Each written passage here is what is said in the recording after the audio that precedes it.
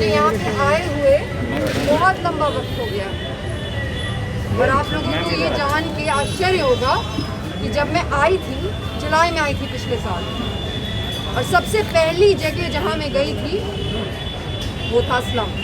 Madam के साथ ही गई थी। बहुत सारे लोग बहुत सारी चीज़ें पूछते हैं, यहाँ पे पूछने की एक परंपरा है, करने की परंपरा नहीं है। आज तक किसी ने भी आप लोगों के बारे में नहीं पूछा है, किसी ने भी नहीं। और मैं ये बात बहुत ही खुल के यहाँ पे कह देती हूँ, मैं आप लोगों के लिए ही यहाँ पे आई हूँ। मैं आप लोगों के लिए ही यहाँ पे आई हूँ। जिस तरीके से यहाँ पे आप लोगों की ज़िंदगी चल रही है वो लोकतंत्र में बर्दाश्त करने लायक नहीं है। मैंने असली लोकतंत्र देखे हैं, पूरी दुनिया के असली लोकतंत्र देखे हैं। यहाँ पे सरकार के कानों पे जू तक नहीं रहता है। मैंने सब कुछ देखा है। पिछले 1 साल में आप लोग के साथ जो भी घटना घटी है, जो बुलडोज़र लेके ये लोग बार बार आए हैं, बारिश में आप लोगों का घर जो इन्होंने तोड़ा था, मुझे सब याद है। वो जो बाढ़ आई वो भी मुझे याद है।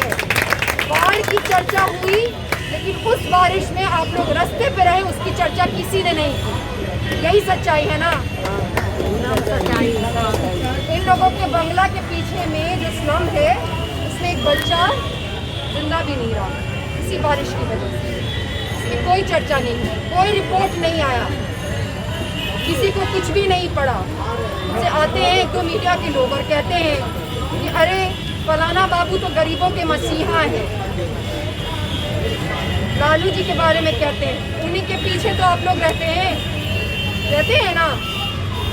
अगर कोई गरीबों का मसीहा है और 15 साल तक मुख्यमंत्री था, चाहे खुद रहे या उसके परिवार का कोई सदस्य, तो गरीब कैसे हैं? तो बिहार में गरीब नहीं होने चाहिए। और सबसे बड़ी बात, इन्हीं लोगों के घर के पीछे गरीब क्यों है? इसके अलावा दूसरे स्लम में जब हम गए तो वहाँ पे पता चला कि उन्हीं के पुत्र का मकान था और जो रास्ता था उसको उनके पुत्र ने बंद करा दिया। लेकिन इनके बारे में कोई चर्चा नहीं करता। यहाँ पे खड़े होके भाषण देंगे। आप लोगों ने बहुत भाषण सुने हैं। फर्क क्या है?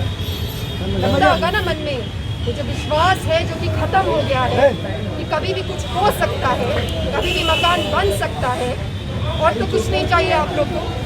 ये लोग बार बार उजाड़ते हैं, आप लोग बार बार बनाते हैं। मैंने कितनी बार तो 1 साल में ही उजड़ते हुए देखा और आप लोग को फिर से बनाते हुए देखा है।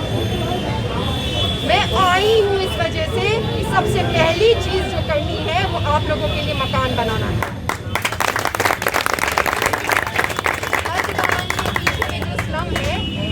मकान नहीं बनाने का इन लोगों ने कारण दिया है इतने लंबे अरसे से, ज़मीन नहीं है, ज़मीन नहीं है। ये कहते हैं ना।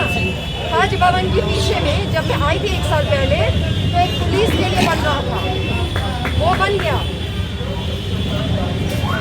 गया, लेकिन उसके बगल में जो आप लोग रहते हैं उनके लिए आज तक नहीं बना।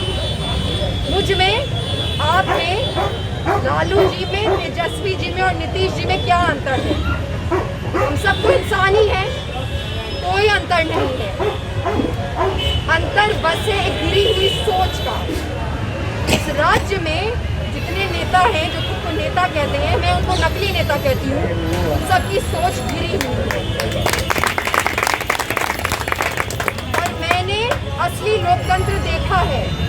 अगर किसी असली लोकतंत्र में ऐसा होता कि 40-50 साल से लोग किसी के बंगलों के पीछे में रहते हैं और उस बंगलों में रहने वाले लोग हमारे ही टैक्स के पैसे पे रहते हैं, तो क्रांति हो गई रहती है।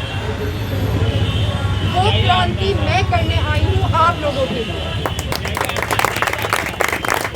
और मुझे किसी से फर्क नहीं पड़ता, मुझे किसी से डर नहीं लगता। ये लोग सब एक ही तंत्र के हैं, सब, मीडिया भी। अगर ऐसा कहीं होता, ये किसका काम है पूछना? मीडिया का काम है। जो इन लोगों के लिए बैटिंग करते रहते हैं, तो उनका काम है ना कि उनसे जाके पूछे कि साहब आप खुद को गरीबों का मसीहा कहते हैं, तो आपके घर के पीछे स्लम कैसे है? लेकिन कोई नहीं पूछता और कोई पूछेगा भी नहीं, क्योंकि सब एक ही हैं।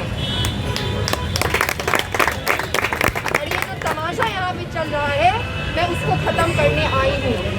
मुझे किसी से डर नहीं लगता, मुझे बस एक ही काम करना है। पहला काम, उस स्लम में, उनके मकान के पीछे में जो स्लम है उसमें जब मैं गई थी तो एक छोटी सी बच्ची थी, मुस्कान नाम है उसका। उसने मुझे बोला था कि उसको डॉक्टर बनना है, और उससे मैंने पूछा था कि मुझे उसके सामने में जो मंत्री जी का बंगला था, पूछा था कि आपको उसमें जाना है। उसने कहा था हाँ, मुझे वही करना है। चुनाव का जिस दिन रिजल्ट आएगा उसके अगले दिन उस बंगला में उसको लेके जाना है। और जितना ही ये लोग हम लोग के पैसे का, कहते हैं ना हिंदी में एक शब्द होता है फफड़ दलाली होता है, सुने होंगे ना सब आदमी, हम लोग कहते हैं अपने भाषा में। वो जो हम लोगों के पैसे से कर रहे हैं, इन लोगों को सारे कोठरियों से खाली कराना है।